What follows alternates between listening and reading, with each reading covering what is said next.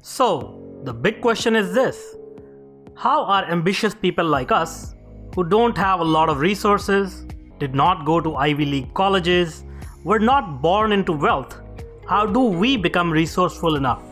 Use our creativity, our dedication, and a little bit of crazy to bootstrap our way to realizing our dreams. Whether it is launching a new company, launching a new app, or making it to the top of the corporate ladder. That is the question, and this podcast will give you the answers. If you like this video, do not forget to hit that like button now.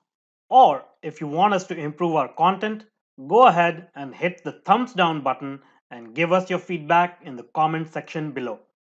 Here at Tetranoodle, we are passionate about entrepreneurship, technology, and innovation. Every week, we bring you insightful and engaging interviews, tips, tricks, and strategies to help you grow your business or rise in your corporate profession. So, if you're new here, please consider subscribing. And do not forget to hit that bell icon so that you are notified when we publish new content. Hello and welcome to this new episode of Bootstrapping Your Dreams Show. I'm your host Manuj Aggarwal, and today we will be talking with Siddhartha Ahluwalia. So Siddhartha is an entrepreneur who's passionate about building scalable ventures. He loves experimenting and, of course, measuring the results of the experiments. And he says that being an entrepreneur provides him with the opportunity to experiment and build something which can add value to lives to others, which is what we are all about on this channel as well. Siddhartha is a co-founder of Sheroes after acquisition of Babygogo in 2017, and is also the host of the podcast 100x Entrepreneur. Welcome, Siddhartha.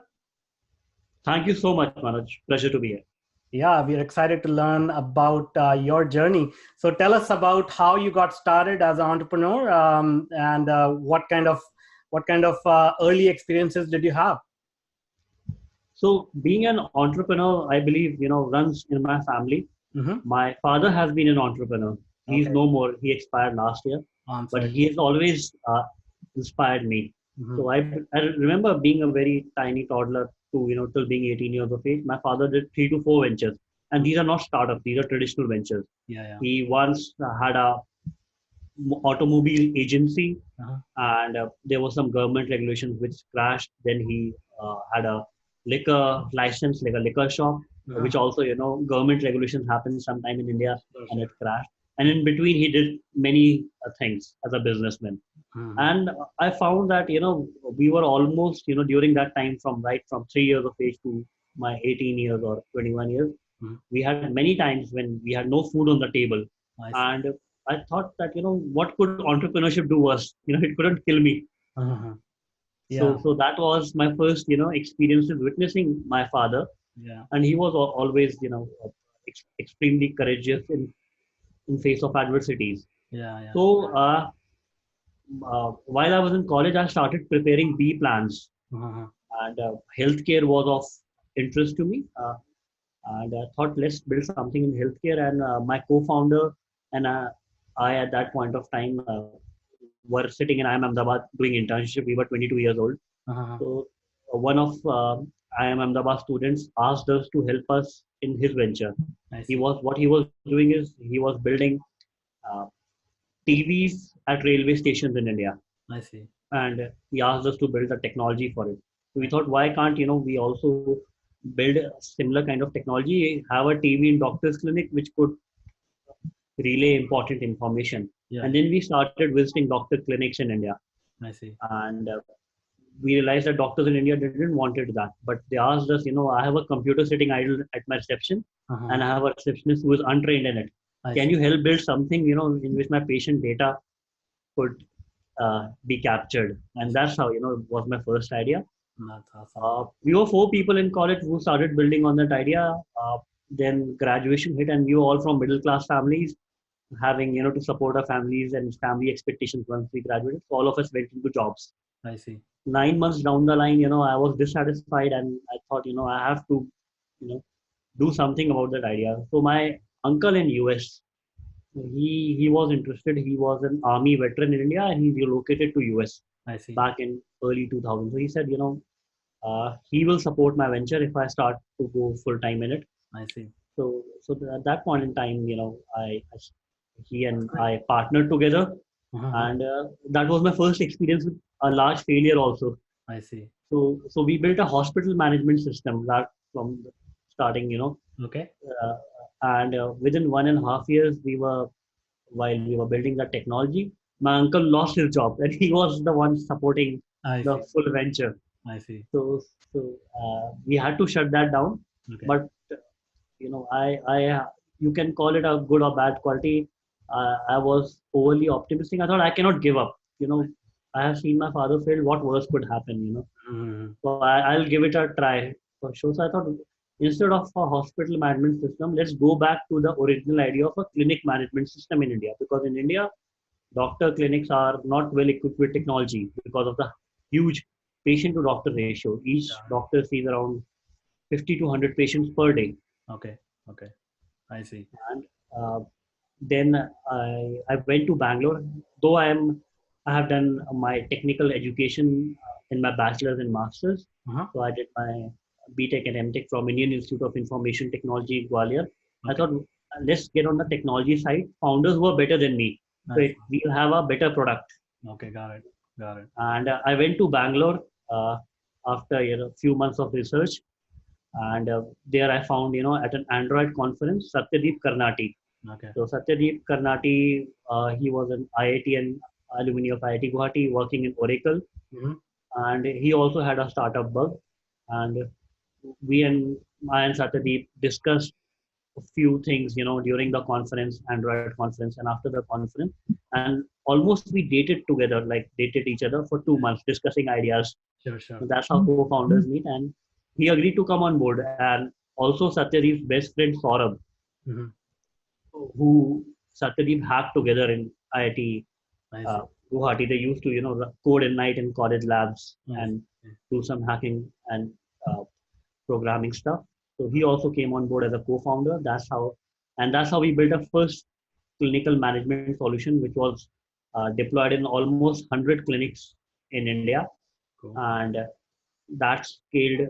We were charging a doctor $200 to $300 a year I see. in India, and during this time, we had acquisition offers from two of the large Indian companies in Uh-huh. healthcare, Practo and 1mg.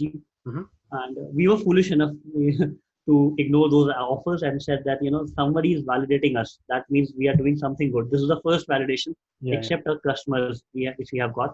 Sure. So let's keep building it. Mm-hmm.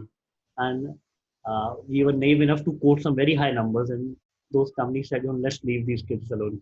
I see. I see. Well, that's amazing story, and there's a lot of lessons packed into that short short journey that you shared with us.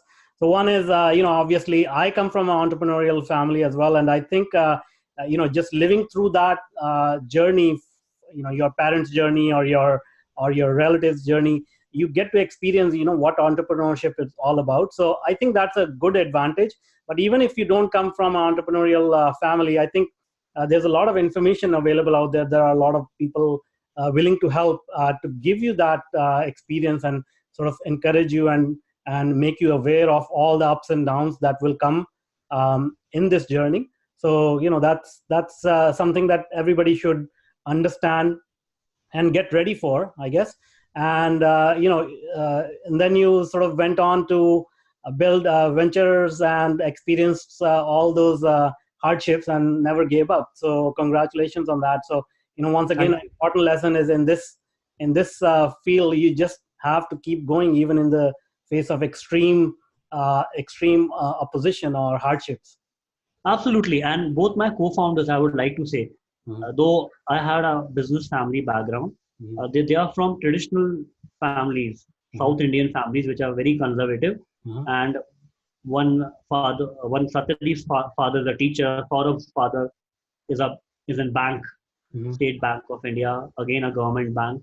So they were highly opposed to the idea of jumping along with a crazy guy full time into entrepreneurship. Yeah. So they almost worked for 1 year while I was full time. They worked part time in Microsoft, and Saurabh was in Microsoft in India, Mhm. and Satyadeep in Oracle. And at after 1 year, they just quit. They said, we cannot handle it, Wow. you know, having a daytime and being a nighttime entrepreneur. We Yeah, need to be full time.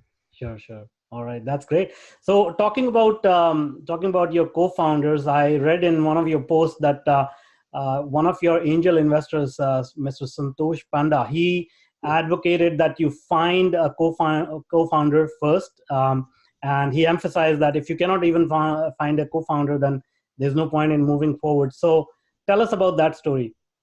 So as I said, when I quit from my uncle's venture when we were together, I went to Bangalore because I found that in Delhi area of India there are more business people but a lack of tech people, and we are talking back in 2013. I see. And I first went to attend a conference called PyCon, and I found that in Bangalore there are extremely supportive tech people who are ready to share. Mhm. So I thought, let's relocate to Bangalore for a couple of months. So I stayed in my friend's house there, Okay, and then I started going to different conferences, I see. and that's how I met my co. First, I met Santosh Panda. I found him on LinkedIn. He was very popular. I thought, let's write to him. I see. I had written to many people. Santosh replied to me, and after persistence, he said, "Finally, I'll meet you for a coffee. You have been very persistent." I see. And once Santosh agreed to meet, we were in a coffee house. So I showed him all the mock-ups. So I Mhm. didn't have the prototype. I had mock-ups of my software called Adodoc. Yeah, He yeah. said it's a beautiful software, but you need to have co-founders. I Who see. you are going to build it with? I said I have nobody. You know what I'm looking for. He said if you can't find co-founders for your venture, Mhm. just give it up. I see. That's the first, and that stuck. That advice stuck me. Like very sharp, I see. I see. because somebody challenged me on my face that to give it up, and I thought in my DNA giving up is not an option. Sure, sure. Yeah. So that again, interesting lessons there. So you can find in angel investors even on LinkedIn as long as you know what you're doing and you're persistent. And regarding co-founders, so I have a slightly different viewpoint on this. So I've seen a lot of partnerships dissolve over time. Even between close relatives, real brothers and whatnot. So do you think that new entrepreneurs should absolutely consider finding co-founders, or how do you make it work? How do you make this partnership work? Because obviously you will have ups and downs as in any relationship. So how do you maintain that that relationship and not let it go sour? So there were few moments in our partnership, between me, Satyadeep, and Saurabh, Mhm. that made us really stick together. First is, before they coming in full time, they worked part time with me while I was full time. So Okay. that was almost 1 to 1.5 year, Okay. where we both tested each other. Mhm. I want everything to be done quick, and they used to tame me. You need to go slow. Yeah, yeah, yeah. So because I was on the sales side, and doctors were asking for more and more features, Sure, sure. and so we both adjusted. It's not like I made only adjustment. They also. So there should be in any partnership a period where you don't establish a company and give it out equity to everybody. Yeah. But before while you are building a product, Mhm. just work together for a period of 6 months to 12 months. If you can survive that period happily, I think you have a good basis for a partnership. Awesome. That's a great advice. All right. So you have an interesting schedule for your like sort of daily schedule. Can you tell us a little bit about that, and how do you start your day? So last year, I am an avid reader. So I have been reading Tim Ferriss' book. So in Tribe of Mentors and Tools of Titans, Mhm. I found some advice regarding how to schedule your days. Mhm. So I accumulated from that books and few other ones, that few things which for my personality are suited, like doing meditation daily, Mhm. having a exercise routine for some time, Mhm. reading daily, writing something daily, you know so these 4 or 5 activities, and if possible, visualize, what success is going to be for you. Mhm. So I try to fit in these 4 to 5 things in my schedule. Not always there are, shitty days and shitty periods of time Yeah, yeah. that, but my schedule, starts with, when I wake up in the morning, do some exercise, do some meditation, read 1, 2 pages or 5, 10 pages, whatever time allow, and then go to work. and Awesome. come back in the evening, because along with work, I'm a regular podcaster also. So then in the evening, I reserve for editing my podcast, publishing them, Sure, sure. All and give time for my family. Sounds good. All right. And how have you seen any effect? Like, you've been doing this for a year, you said. Have you seen any positive effects on your personal life or professional life? So I'll tell you, for meditation and reading, I started back in the when I was 23, 24, because at that point of time, I quit my job after 9, 10 months, Mm. and many people, including me at that point of time, thought it may be an irrational decision. So why not, try to get something, which can make me uh, grounded. Mm-hmm. At that point of time, I was exploring for meditation courses, because I have heard many, but I couldn't sit quiet with myself for even a minute. Yeah. I found a meditation course which was in Himalayas in McLeodganj in India, called Okay. Tushita Meditation Course. I went there for a 10-day retreat, which was a silent retreat, Yeah. Yeah. and then I have been practicing meditation, doing reading, exercise, because my stint, after Aerodoc, I built Babygogo, and my routine was pathetic back then, from 8 in the morning to 8 or 10 in the night, Yeah. and I gained around 15, 16 kgs. So I thought this is a bad lifestyle to have. You shouldn't kill yourselves being an entrepreneur. Yeah, for sure. So that's again, pretty good advice. As entrepreneurs, we are always sort of running after the next thing, and always going in circles in our head, making these big plans. But it's good to take some time and meditate, and get to know yourself and focus on your physical health as well. So those are really good points. Thank you so much for sharing that. So just like to add, as even it was with me, we like to think that, we have to do it right now, else the time or the moment will pass. But Yeah, entrepreneurship is always a 10 years journey. yeah. So if we can think that we have to build it over the next 10 years, we will take everything into account, a family, a relationship, a health, a mental peace. Yeah, yeah, for sure. Yeah, I mean, I agree with you, but what I have experienced in my own journey as well, when you start off, you're very enthusiastic and you want to, as you put it, you want to get things done very quickly, but slowly you realize you're not sprinting, you are running a marathon. So it comes over time that you start to realize that rushing things is not going to help at all, right? Even though Absolutely. there is some sort of an urgency, obviously you want to get to market as quick as possible, but there's no point in rushing, because you tend to make more mistakes, and you tend to lose more time if you rush things, right? Yeah, and especially during the early stages, since you will be the one person who is coding or doing the marketing or sales yourself. Yeah, So work will never end. Like in a job, day ends at 5, 6, or 7. yeah, In yeah, entrepreneurship, the day never ends. yeah, So you have to choose. When do you take a pause? yeah, for sure. So obviously, handling professional life, handling a podcast, meditating, it all takes a lot of discipline. So how do you maintain that discipline? And do you think being an entrepreneur, having this kind of discipline regime is important for an entrepreneur? So I believe entrepreneurship is a disciplined marathon. It's not like you can run 10, 100 meters in 10 seconds, and then for the next 100 meters you take 1 hour. Mm-hmm. You have to have a consistent pace.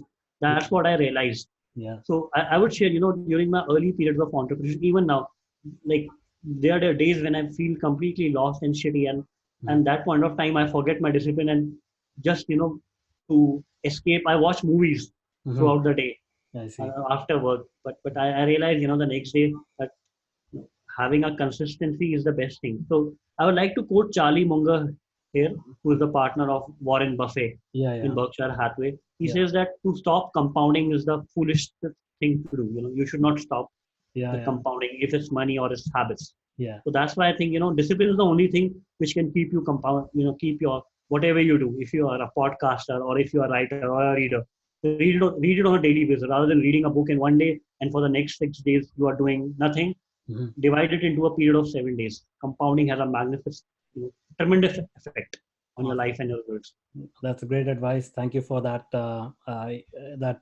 actionable piece of advice that people can implement in their lives.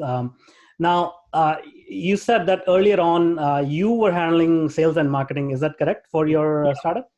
Yes. Okay. So tell us a little bit about how did you acquire your first client? Even though you didn't have any background or established brand.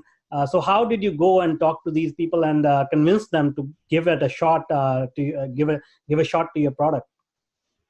So it's a process which we have to define over a period of time. Mm-hmm. So for my example, my first product, which was a clinic management system for doctors, I purchased a doctor's directory, which had all the doctor numbers and addresses from the nearest bookstore. Mm-hmm. Mm-hmm. And I started calling up doctors.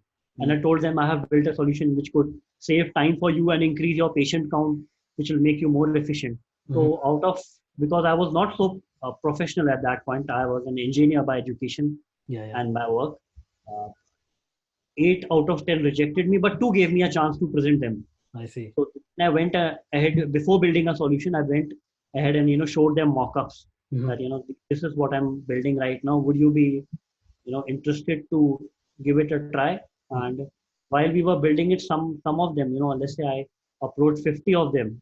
It's again a game of persistence. You have to show up daily. There's no option, as a salesman or a marketing person of your own startup. Your job is to every day just show up. There's no excuse for that. You have to take a phone, make calls, have meetings, and be ready to be shitty in the first few hundred meetings. Mm-hmm. I would say don't feel embarrassed about getting rejected. Mm-hmm. Everybody gets that. Sure. All right. And go ahead, please. And as after having 50 to 100 doctors who had seen our solution, few of them agreed that they were willing to pay for it.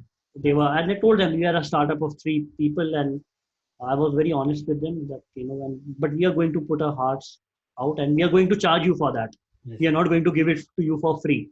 Okay. So some of them agreed to a 1-month trial. Mm-hmm. And what we did was we gave them our own tablets to their assistant and to the doctor. Okay. That you try on our tablets the solution for 1 month, and if you are happy with it, purchase the solution which we have built and the tablets yourself. I see. Cool. That's great. So now, obviously the startup ecosystem has been growing in India, and there's a lot of growth happening, a lot of venture capital flowing. Can you tell us a little bit about, how's the ecosystem different than in US and Europe? How's things working out in India? So Indian venture capital ecosystem, I would say, just got built in the early 2000s, like 2005, 2006, all the VCs of US, Sequoia, Matrix, Axel Partners came to India and established there. So before there was no VC ecosystem in India, the best way to get returns on your money was to invest in land and sell it off after 10 years for 10x. So it's completely different from US and Europe in India. The first thing is there are less number of venture capital firms in India as compared to US. Bangalore has been starting to show like early signs of being the Silicon Valley of India.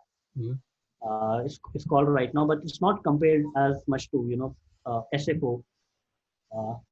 The fact that being you have to be a great storyteller to convince VCs. So, for example, in San Francisco or California, for a VC in a week would get around 50 pitches or 50, 60 pitches. In India, on an average, they get 400 to 500 pitches.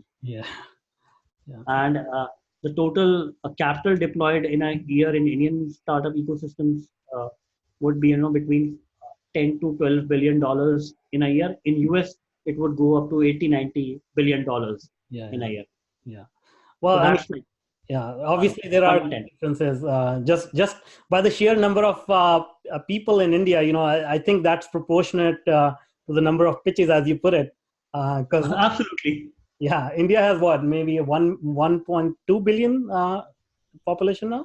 1.3 billion. 1.3, yeah. So US is 330 million. So, it's like one fourth. So, all right, great. So tell us about your podcast, 100x Entrepreneur. I have been an entrepreneur from 2012, till today, Mhm. and it's been 7 years of a journey. Mhm. I decided to raise funds for my venture called Atodoc. Mhm. Uh, we were fortunate that after 1 year of rejections, pitching to 100 VCs, we could convince one. Mhm. And I thought, being now I have access to VCs because what I have built. Yeah, yeah. But it is it's very tough for entrepreneurs, first time entrepreneurs who don't have MBA from an Ivy League college Yeah, or engineers from IITs yeah. in India Yeah, to get even the attention of VCs. yeah, yeah. And they never get to know the mind of VCs, Mhm. right? They'll only hear from them in newspapers or at events where the best face of them is presented. Sure. So I thought, why I was sitting with my investor, Dr. Anirudh Malpani, back in September, October I last year. know him. He's pretty active on LinkedIn, I think. Yes, yes, he is. Awesome. Awesome. So he has been an investor in my company, Babygogo, Atodoc, and he got a decent return when it got acquired. So he Mhm. was happy with it, and we were sitting and chatting. And I thought, I told him, sir, I'll record our conversation Mhm. and maybe publish it on LinkedIn and see where it goes. So I Mhm. recorded our conversation around startups, around his investment thesis, around what can entrepreneurs improve, and his own self-awareness on where he lacks as an investor or where he's good at. Yeah, yeah. So his mind in a 1 hour conversation, never heard of before. Yeah, yeah. And that I posted on LinkedIn in a Google Drive. And I similarly repeated it with my other set of contacts with investors Mhm. 4 to 5 times. Okay. And it got a very good response from young entrepreneurs, aspiring ones also. Mhm. That is the first time, we are getting to hear the mind of an investor. And Cool. my thesis was, how can I help other entrepreneurs become 100x? Yeah, yeah, yeah. So getting other accomplished venture capitalists, other accomplished entrepreneurs onto this podcast, sharing their habits and mindset and how they think, how their journey has been, and their advice for entrepreneurs.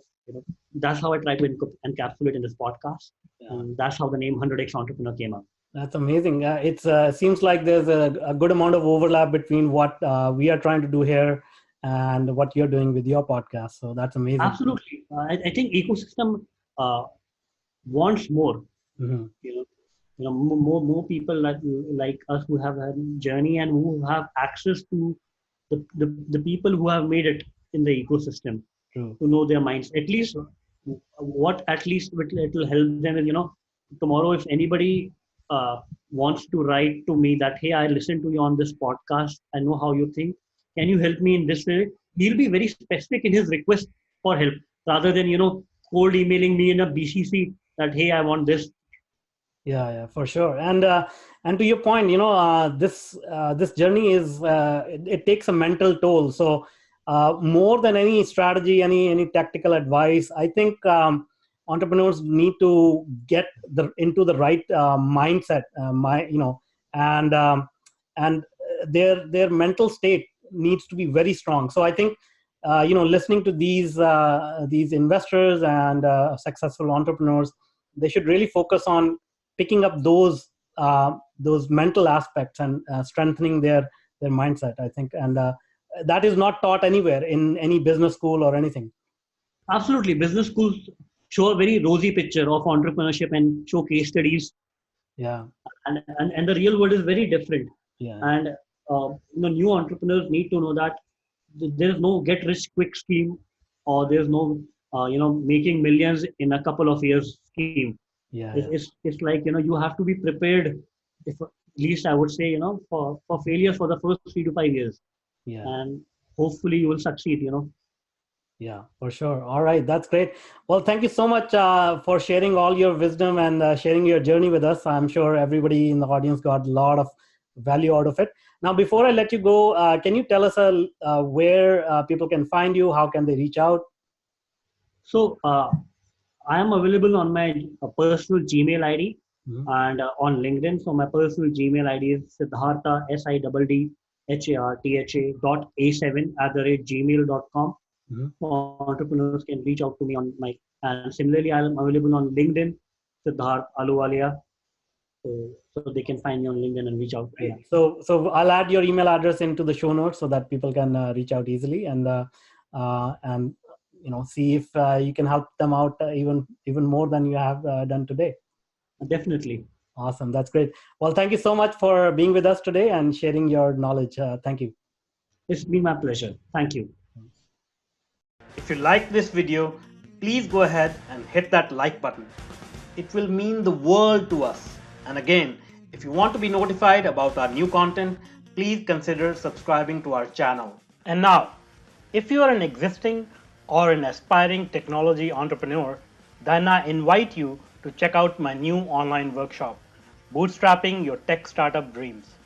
Go to go.tetranoodle.com/boot-podcast and sign up for free.